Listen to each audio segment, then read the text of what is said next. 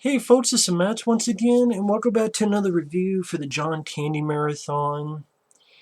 I don't know if I'm going to make... I don't know if this will be a long review, because this is a film that really no one remembers. And it's understandable as to why. I didn't hate the film. I thought it was an okay time waster. I would put Delirious and Only the Lonely, which is the last couple John Candy films I reviewed, above this, because John Candy is barely in this. This is more of an ensemble cast. And I didn't realize this until I looked it up. It's directed by Eugene Levy, the actor who co-starred with John Candy in Armed and Dangerous and Going Berserk and a lot of their SCTV days. Eugene Levy would also act in films like American Pie, Bringing Down the House, quite a few other films. But Eugene Levy directed this, and it stars... It's more Sean Young and Richard Lewis are the stars, and then James Belushi and Cybill Shepherd. But you also have John Candy. He appears every once in a while. I mean, it's an hour and...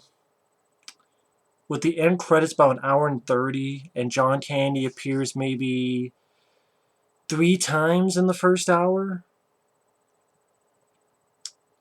So you also have George Hamilton, Giancarlo Giannini, who is a detective in Hannibal. He's also a cop in this.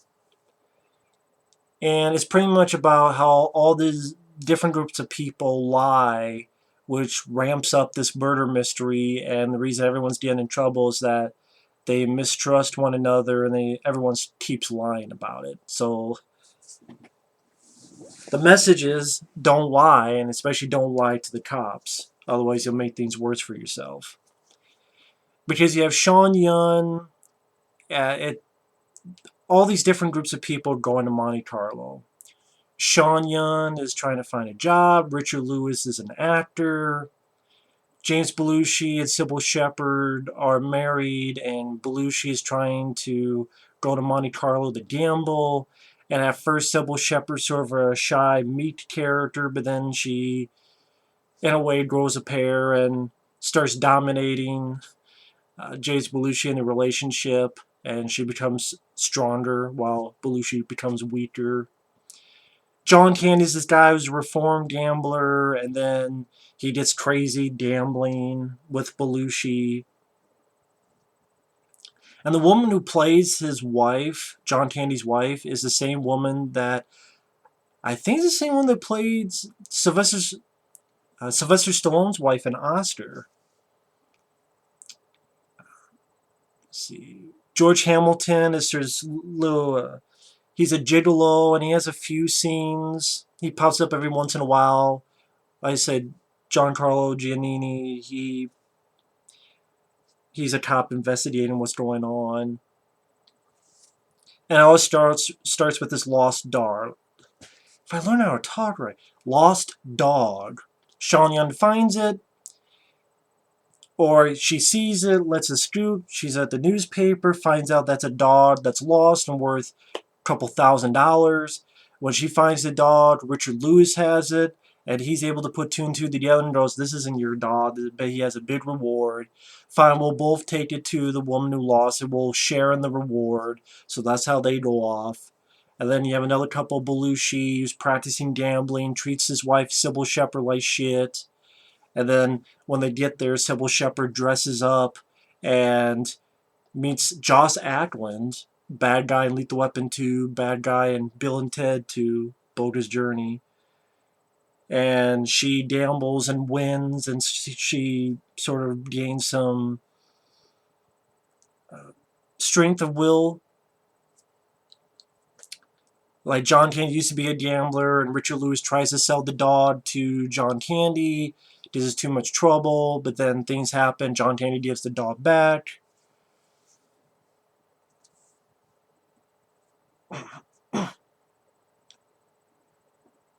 And the reason it's a time waster, it's not too long of a film, and it was nice to see all these guys together. Nice to see Belushi and John Candy play off each other. Sean Young She's one of the weaker parts of the cast, but I mean, I didn't think she was bad enough to be nominated for a Razzie, but it's not like I'm a big fan of Sean Young, but I think she's alright. Richard Lewis, I don't mind as an actor. I I think he does better here than he does in Wagons East, which he would do with John Candy. I mean, either you like or don't like Richard Lewis's shtick, and I don't mind Richard Lewis. He's pretty much just playing the same kind of character he plays in anything else. If you don't know who Richard Lewis is, just look him up on YouTube. I like James Belushi. He's fun in the film. Cybill Shepherd, I think she does fine. And it was kind of fun seeing Belushi sort of get whipped later on throughout the film by Cybill Shepherd as sort of the things change where she becomes more stronger and he becomes more weaker throughout. And then once in a while John Candy pops up. I wish he was in the film a lot more.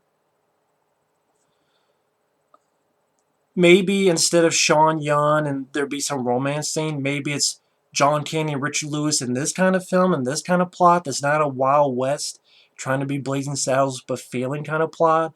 As these two sort of arguing with each other and their adventure throughout this whole thing.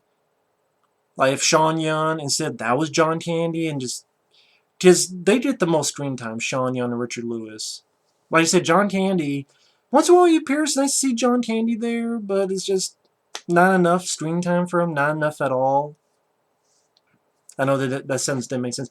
There's not enough screen time, there should have been more for John Candy. But he says a couple decent lines, like someone asks him, "You married for money?" "No, I married for lots of money." But pretty much what happens is Belushi and John Candy, they start going crazy at the gambling tables. John Candy gets caught by his wife, and Belushi even goes, "Oh, my condolences." Richard Lewis, Sean Young finally get to the old woman's place, and Richard Lewis makes a joke about, wow, this is like, instead of checking out Freddy Krueger's villa.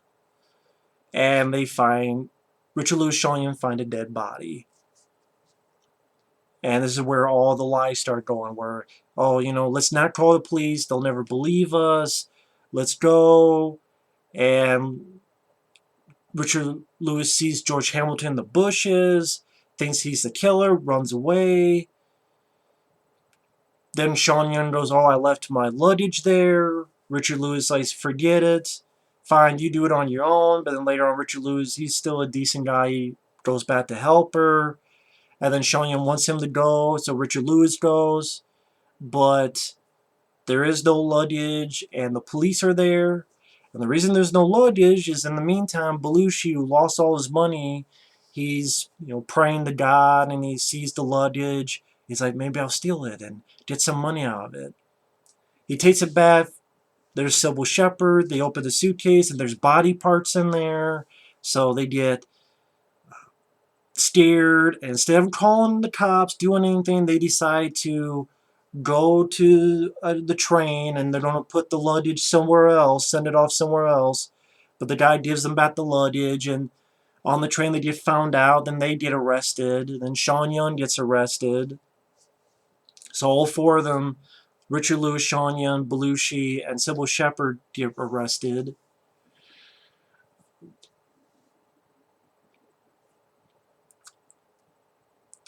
And then Giancarlo Giannini is trying to figure out what's going on, and then there's this matchbook that links to John Candy's character, and he goes ask John Candy, and John Candy's like, I don't want involved with this. I was with my wife, but his wife was sleeping with someone else. That someone else is George Hamilton. And ultimately, they get into a room together. They're all accusing each other. And the cop figures out that it was the butler and the maid that did it. And then at the end, they're all sort of drinking with each other. And getting the moral of the story, don't lie. And like I said, the plot, it's, you read on IMDb, people comment it's light. It's very light on I would say light on plot. It's one of those movies that you watch, I watch and I go, "Oh, okay, If it wasn't for this cast, I would have shut it off long ago.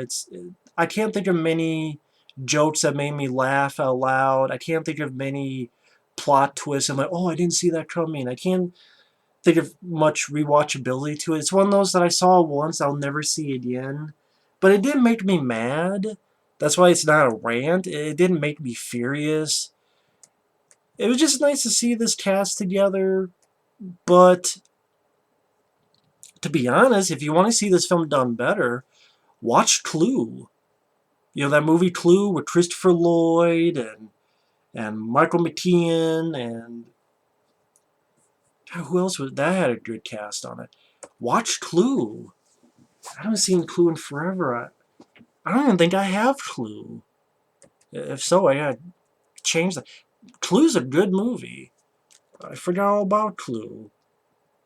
Until I was watching this film, I'm like, man, I'd rather be watching that movie. Now I want to look up who was all in that film, Clue. Because I dealt with a group of people and a lot of recognizable people, and it's a murder mystery, but it's a comedy. Yeah, Tim Curry, Madeline Kahn, Christopher Lloyd, Michael McKean, Martin Mull, Leslie Ann Warren. You also had Colleen Camp.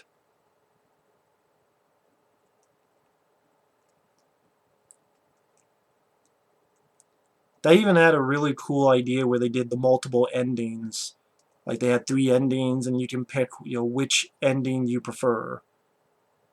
I thought that was a really interesting idea.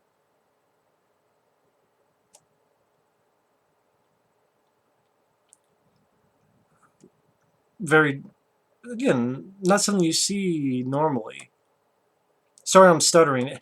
It's hard to even come up with what to say about the film. It's harmless. It's nothing to get mad over. If you're a diehard John Candy fan, you need to see everything he's been in, or the rest of the cast interests you. Like if you're a big Sean Young fan, or you like James Belushi, you like Cybill Shepherd, you like Eugene Levy, and you're interested in how he directs a film. It just doesn't feel like it has that energy and that crackling wit and that crackling comedy. And again, I think Sean Young was the weakest of the cast. I don't think she was god awful, but I think if John Candy and James Belushi, if they were the 2 leads, and like Richard Lewis, maybe he was the husband that. Like I think Richard Lewis is okay, but if most of the screen time was John Candy and Belushi, and try to figure out what to do, and they're going to share this ransom money, and oh my god, what do? And we go through all this, and hey, we've been friends for years. Kind of like take what they were doing in Only the Lonely, but put more screen time, because that was my favorite part of Only the Lonely, was the Belushi John Candy scenes. It would have been nice to see a lot more of those two together, because I think they work well together.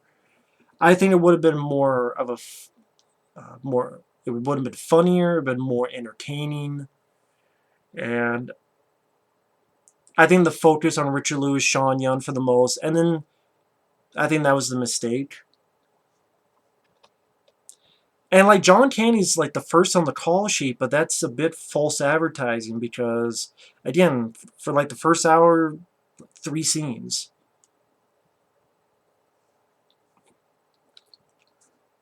And then he appears more throughout the third act of the film, but still, it's if you're going into this thinking John Candy's going to be in it throughout, you don't be disappointed. So yeah, I mean the music, I can't really remember anything about the music.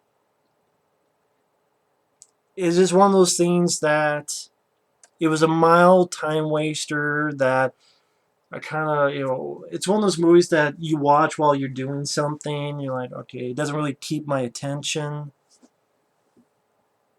I don't know how else to describe it. Otherwise, I'd be just repeating the shit I've already said. So it's it's there.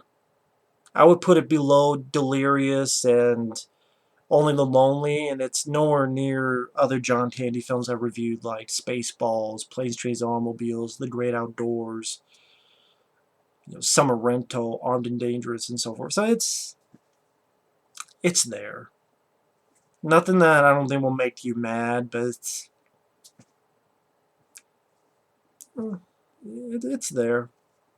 It's there. They should have watched Clue and learned from Clue, because that's a much better version of this movie, is Clue.